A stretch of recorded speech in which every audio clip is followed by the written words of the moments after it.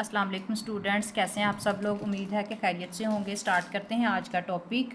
हम लोग class 10th का साइंस ग्रुप का मैथ कर रहे हैं। एक्सरसाइज 2.1 है। इससे पहले क्वेश्चंस जो थे हमने पिछले लेक्चर्स में डिटेल से डिस्कस कर लिए थे। अब है क्वेश्चन नंबर 9 और 10। आज के लेक्चर में हम लोग कवर करेंगे क्वेश्चन नंबर 9 और 10। क्वेश्चन नंबर 9 क्या है? For all value of K prove that the root of equation. इस इक्वेशन में जो के है वो कहता है कि इसकी तमाम वैल्यूज़ के लिए जो इक्वेशन का रूट्स हैं वो रियल हैं, ये आप लोग प्रूफ करें। तो चलते हैं अपने सोल्यूशन की तरफ। हमारी इक्वेशन क्या है देखें ज़रा। एक्स स्क्वायर माइनस 2 इंटू के प्लस 1 ओवर एक्स, साथ में एक्स स्क्वायर एक्स की पावर 1 और ये कांस्टेंट टर्म। इक्वेशन हमारी ऑलरेडी स्टैंडर्ड फॉर्म में है, क्वाड्रेटिक फॉर्म में है, तो हम डायरेक्ट इसके ऊपर डिस्क्रिमिनेंट का फार्मूला लगा के तो रूट्स फाइंड आउट कर लेते हैं। डिस्क्रिमिनेंट क्या होता है हमें पता है। DIS जो है वो डिस्क्रिमिनेंट का शॉर्ट फॉर्म है। किसके बराबर होता है? B square minus 4AC। वापस चलते हैं अपने इक्वेशन की तरफ। जो एक्स स्क्वायर के साथ वैल्यू होती है वो ए की वैल्यू होती है, जो एक्स के साथ वैल्यू होती है वो बी की वैल्यू होती है, जो कांस्टेंट टर्म होती है वो सी की वैल्यू होती है। तो हम लोग इस इक्वेशन में ए, बी और सी की वैल्यू पुट करके डिस्क्रिमिनेंट फाइंड आउट करते हैं। ए की वैल्यू हमारे पास क्या है 1, बी की वैल्यू क्या है -2 इंटू के प्लस 1 ओवर के, और सी की वैल्यू है 4। ठीक है, वापस चलते हैं डिस्क्रिमिनेंट वाली इक्वेशन में। डिस्क्रिमिनेंट वाली इक्वेशन क्या थी? B square minus 4AC। Values लगाते हैं। DIS की जगह मैं खाली डी लिख देती हूँ। डी किसके बराबर है? B square minus 4AC। B की वैल्यू हमारे पास ये माइनस के साथ 2 और ये राउंड ब्रैकेट के अंदर दो टर्म्स प्लस होकर 2 के साथ मल्टीप्लाई हो रही हैं, इसलिए हम इनको सेपरेट लिखने के लिए स्क्वायर ब्रैकेट का यूज़ करेंगे। -2 बाहर, अंदर क्या आएगा? के प्लस 1 ओवर के, इस सारे का होल स्क्वायर। बाकी टर्म हम लिखते हैं 4A हमारे पास क्या है 1 और C की वैल्यू है 4। सिंप्लीफिकेशन की तरफ चलते हैं। अब ये देखें, ये स्क्वायर जो है 2 का भी है और इस ब्रैकेट वाली टर्म का भी है, तो 2 का स्क्वायर करेंगे तो वो 4 हो जाएगा, उसको हम बाहर लिख लेते हैं। अब के प्लस 1 ओवर के का होल स्क्वायर है। अब यहाँ आ जाए तो 4 इंटू 1 4 और 4 4 जार 16 माइनस का। ठीक है, अब हम चलते हैं इधर के का स्क्वायर यानी ए, ये हमारे पास फार्मूला बन रहा है। हमने पिछली क्लासेस में इसको डिस्कस कर लिया होगा और बहुत बार ये फार्मूला जो है ये बेसिक फार्मूला ट्रिग्नोमेट्री है, अलजबरा है, तो आप इसको जो है वो अच्छी तरह फेमिलियर होंगे। हमें पता है ये दो तरह के फार्मूले होते हैं, एक प्लस साइन के साथ और एक माइनस साइन के साथ। यहाँ पर हमारे पास प्लस साइन के साथ है, वो क्या होता है? ए का स्क्वायर प्लस बी का स्क्वायर प्लस 2AB। ठीक है, इसी फार्मूले को हम यूज़ कर रहे हैं। यहाँ पे ये हमारी ए की टर्म है, ये बी की टर्म है, तो ए का स्क्वायर प्लस 1 ओवर के का स्क्वायर। के ऊपर स्क्वायर लिखा और 1 के ऊपर नहीं लिखा, 1 का स्क्वायर करें तो वो 1 ही रहेगा, इसलिए मैंने नीचे वाली टर्म का स्क्वायर कर लिया है। प्लस 2 फार्मूले का ए की टर्म, साथ में बी की टर्म जो क्या है 1 ओवर के है, -16। ठीक है, अब ये देखें, ये के और 1 ओवर के मल्टीप्लाई हो रहे हैं तो आपस में कैंसिल आउट हो जाएंगे, तो मेरे पास क्या आ जाएगा 4 के स्क्वायर प्लस 1 ओवर के स्क्वायर प्लस 2 इंटू -16। अब इस 4 को अंदर मल्टीप्लाई कर देते हैं, हमारे पास क्या आ जाएगा 4 के स्क्वायर प्लस 1 ओवर 1 की जगह 4 मल्टीप्लाई हो गया के स्क्वायर प्लस 4 2 जार 8 और -16। ठीक है, अब हम अगला पेज यूज़ करते हैं, स्पेस यहाँ पे कम है। इस इक्वेशन को मैं दोबारा लिख लेती हूँ। क्या इक्वेशन आई थी हमारे पास? 4 के स्क्वायर, ये सब किसके बराबर है? डिस्क्रिमिनेंट के बराबर है। 4 स्क्वायर प्लस 4 ओवर के स्क्वायर प्लस 8 -16। अब ये कांस्टेंट टर्म है, ये कांस्टेंट टर्म, इनको सिंप्लीफाई कर लेते हैं। 4 के स्क्वायर प्लस 4 ओवर के स्क्वायर, 16 में से 8 माइनस किया तो 8 आ गया, लेकिन माइनस साइन के साथ। ठीक है, अब इस इक्वेशन को गौर से देखें, मेरे पास डिस्क्रिमिनेंट आ रहा है, तो यहाँ पर एक चीज़ कॉमन आ रही है, इसके साथ भी 4 है, इसके साथ भी 4 और ये 4 का मल्टीपल है, तो यहाँ से हम 4 कॉमन ले सकते हैं। 4 कॉमन लिया तो अंदर क्या आ जाएगा? के स्क्वायर प्लस 1/k²। अब ये हो जाएगा -2, ठीक है। अब आप ब्रैकेट वाली टर्म को देखें, ये सारा किसके बराबर है, डी के बराबर है। बाकी वाली टर्म्स को अंदर ब्रैकेट वाली टर्म्स को देखें तो ये फिर एक फार्मूला बन रहा है a² + b² + -2ab। अगर मैं ये देखो इसको यूँ लिखूँ, k² + 1/k² -2 फार्मूले का, यानी a टर्म और ये b टर्म, तो ये कैंसिल आउट होके ये वाला 2 ही बचता है। तो ये हमारे पास ये फार्मूला बन रहा है a - b²। तो हम यहाँ लिख सकते हैं ना 4 × k - 1/k²। और यही हमने क्या करना था, प्रूफ करना था। प्रूफ क्या करना था कि roots are real.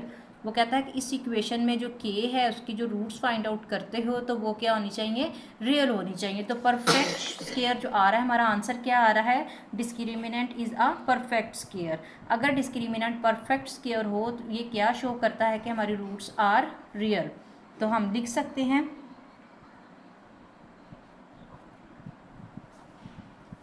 perfect square show that the roots are real।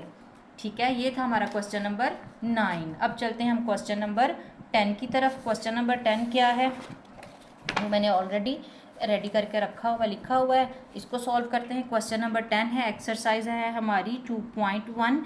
This is the last question of the exercise 2.1। इसके बाद हम अगली एक्सरसाइज शुरू करेंगे अगले टॉपिक में, अगले लेक्चर में 2.2। इसमें भी वो कहता है show that the roots of the equation. इस इक्वेशन के जो रूट्स हैं वो कहता है कि रियल है, मतलब कि यहाँ पर भी हमने इसको परफेक्ट स्क्वायर बनाना है, यानी जो रूट्स आएंगे उसका आंसर जो है वो परफेक्ट स्क्वायर आना चाहिए। अब यहाँ पर अगर अपनी इक्वेशन को गौर से देखें तो x² वाली टर्म एक पावर कम यानी x की टर्म और पावर 0, यानी जहाँ पर ये देखें पहले लेक्चर्स में भी मैं बता चुकी हूँ x की पावर 0 का क्या मतलब है, x की पावर 0 = 1, इसलिए यहाँ पर इसको लिखने की ज़रूरत नहीं है।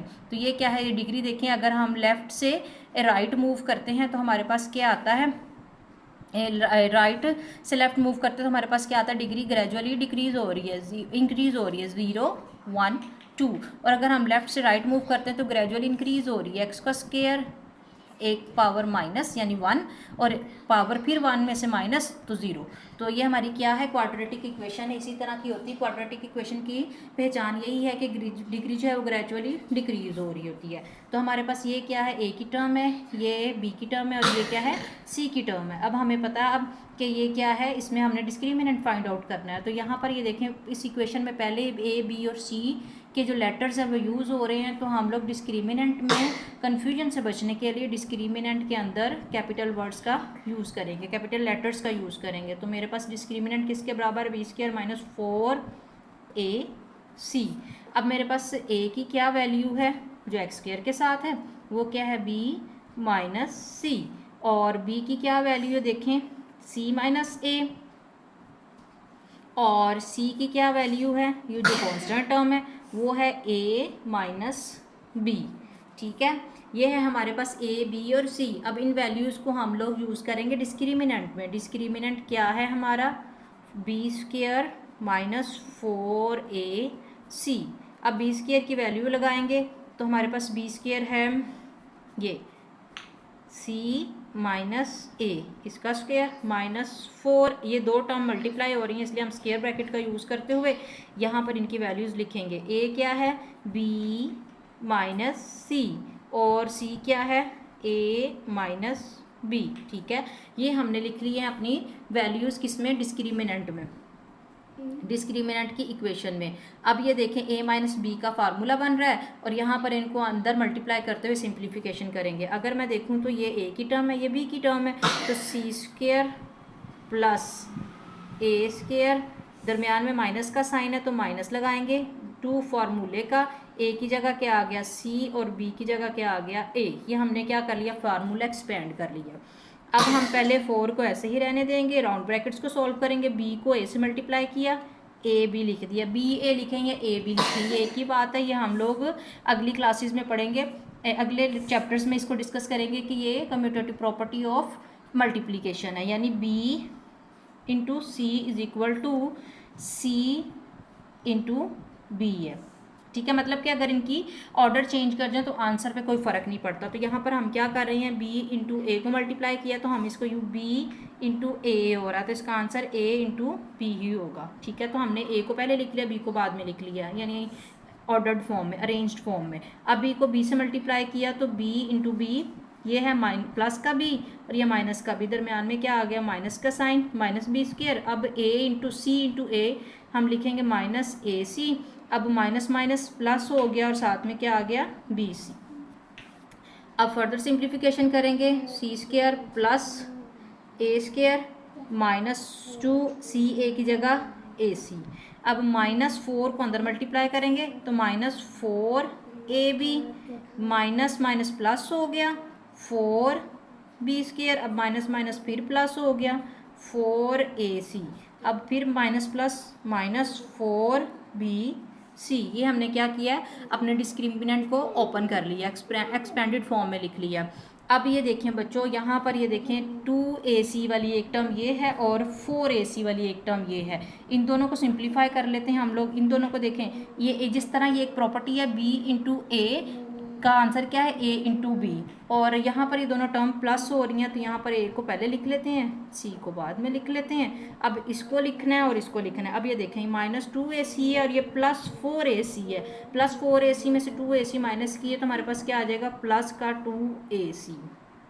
ठीक है, अब बाकी हमारे पास एक टर्म ये बची -4ab plus 4b² minus 4b/c। एक बार टर्म्स काउंट कर लें, 1 2 3 4 5 6 7। अब हमारे पास इन दोनों को सिंप्लीफाई करके एक टर्म कम हो गया, हमारे पास 6 आनी चाहिए, 1 2 3 4 5 6। ठीक है, ये हमारा यहाँ तक क्वेश्चन जो है वो ठीक है। अब हम आगे चलते हैं, इसको फर्दर सिंप्लीफिकेशन करते हैं। हमने बनाना है परफेक्ट स्क्वायर। तो अब ये देखिए, ये जो मेरे पास आंसर आ रहा है इसको थोड़ा सा रीअरेंज कर लेते हैं। ये जो इक्वेशन आ रही है इसको थोड़ा सा अरेंज करके मैं लिखती हूँ। ये देखें a² है, ये प्लस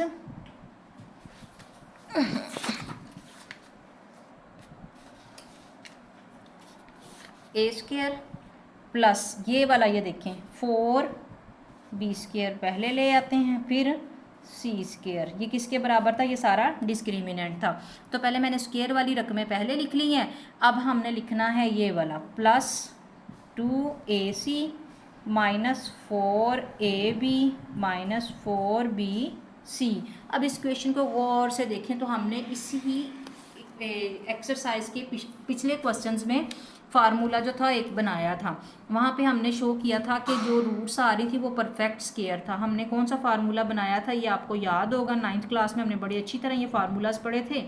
a + b + c का होल स्क्वायर वो किसके बराबर होता है, a का स्क्वायर प्लस b का स्क्वायर प्लस c का स्क्वायर प्लस 2 फार्मूले का a की टर्म और b की टर्म प्लस 2 फार्मूले का b और c, फिर प्लस 2 फार्मूले का a और c। ठीक है, अब ये देखें, इसको अब अपने क्वेश्चन की तरफ अभी मैं इसको फिल कर लेती हूँ, ab bc और ac। ठीक है, अगर हम अपने क्वेश्चन की तरफ देखें तो हमारे पास b की टर्म जो है वो 4b² है, और उसके बाद अगली टर्म क्या आनी चाहिए, ए बी आनी चाहिए। अपनी इक्वेशन को पहले हम अरेंज कर लेते हैं इस फार्मूले के अकॉर्डिंग। तो सबसे पहले a² प्लस ये सारा डिस्क्रिमिनेंट है, a² plus 4b² plus c², अब प्लस 2 फार्मूले का और ए बी आनी चाहिए। हमारे पास ए बी क्या आ रही है, ये आ रही है। तो हम लोग पहले इसको 4 की फॉर्म में लिख लेते हैं, 4 माइनस के साथ है bc, फिर 4ab फिर -4bc प्लस 2ac, यानी ab bc और ac हमने इनको लिखा। अब यहाँ पर देखें तो हमारे पास a + b है, ठीक है, लेकिन हमारे b के साथ क्या आ रहा है, 4 आ रहा है। तो हम इसको यूँ लिख सकते हैं ना, a का स्क्वायर इस फॉर्म में प्लस 2 बी का स्क्वायर, यानी ये 4 है ना तो उसका 2 हो गया, प्लस सी का स्क्वायर प्लस 2 फार्मूले का, ठीक है। ए बी को अब इसको मैं ये क्या है 4BC है तो इसको मैंने 2 बाहर लिख लिया और 2B के साथ लिख लिया, क्योंकि BC की टर्म हमारे पास क्या है, ये है 2BC। हमारी क्या है, B की टर्म 2BC है और साथ में 2AB, ठीक है, प्लस 2BC मेरे पास क्या है, ये है हमारे पास 2A हमारे पास क्या है AB और फिर BC हमारे पास है 2B और C हमारे पास क्या है C, और फिर प्लस 2 फार्मूले का AC, A हमारे पास A ही है और C हमारे पास C ही है, ठीक है। तो अब ये देखें यहाँ पर क्वेश्चन में हमारे पास ये -2 आ रहा है हमारी इक्वेशन के अंदर, तो इसका क्या मतलब है, हमारी बी वाली टर्म जो है वो माइनस है। अब जहाँ जहाँ पर बी है वहाँ पर माइनस लगा देते हैं, ठीक है। तो ये वाली हमारी टर्म्स क्या आ जाएंगी, माइनस में आ जाएंगी। तो अब इसको मैं अगर क्लोज्ड फॉर्म या एक्सपेंडेड फॉर्म में, ये वाला फार्मूला है, इसको क्लोज्ड फॉर्म में लिखूँ तो वो मेरे पास क्या आता है, A - 2B प्लस C का होल स्क्वायर। अब ये देखो इसको एक्सपेंड करें तो A का स्क्वायर -BC यानी इसका स्क्वायर -2B और इसका स्क्वायर, फिर ये C का स्क्वायर, फिर -2 फार्मूले, फिर +2 फार्मूले का A की टर्म और साथ में B की टर्म, फिर +2 फार्मूले का B और C, ठीक है। B हमारे पास ये माइनस में आ रहा है ना, फिर +2 फार्मूले का A और C, तो ये क्या बन रहा है, हमारा एक परफेक्ट स्क्वायर बन रहा है। तो discriminant is equal to A - 2B plus C का होल स्क्वायर, जो कि क्या है, परफेक्ट स्क्वायर है, ठीक है। ये क्या है, is perfect square which shows that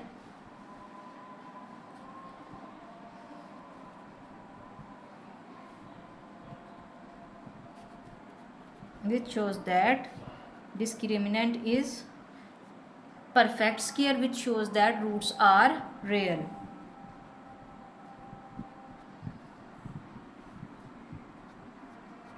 यही हमने क्या करना था, प्रूफ करना था कि हमारे पास ये जो इक्वेशन है इसकी रूट्स क्या हैं, वो रियल होनी चाहिए। तो अगर हमारे पास आंसर परफेक्ट स्क्वायर में आ जाए तो इसका क्या मतलब है कि हमारे रूट्स जो हैं वो रियल हैं। ये था हमारा क्वेश्चन नंबर 10 और इससे पहले हमने क्वेश्चन नंबर 9 भी इसी टॉपिक इसी लेक्चर में कवर किया। हमारी एक्सरसाइज 2.1 जो थी वो कंप्लीट हो गई। उम्मीद है कि आपको एक एक स्टेप बहुत अच्छी तरह से समझ लग गया होगा। अगर आपको वीडियो पसंद आई हो तो वीडियो को लाइक करें, शेयर करें और चैनल को सब्सक्राइब करते हैं। मिलते हैं अगले एक्सरसाइज में, अगले टॉपिक में, अगली एक्सरसाइज के साथ। अल्लाह हाफिज़।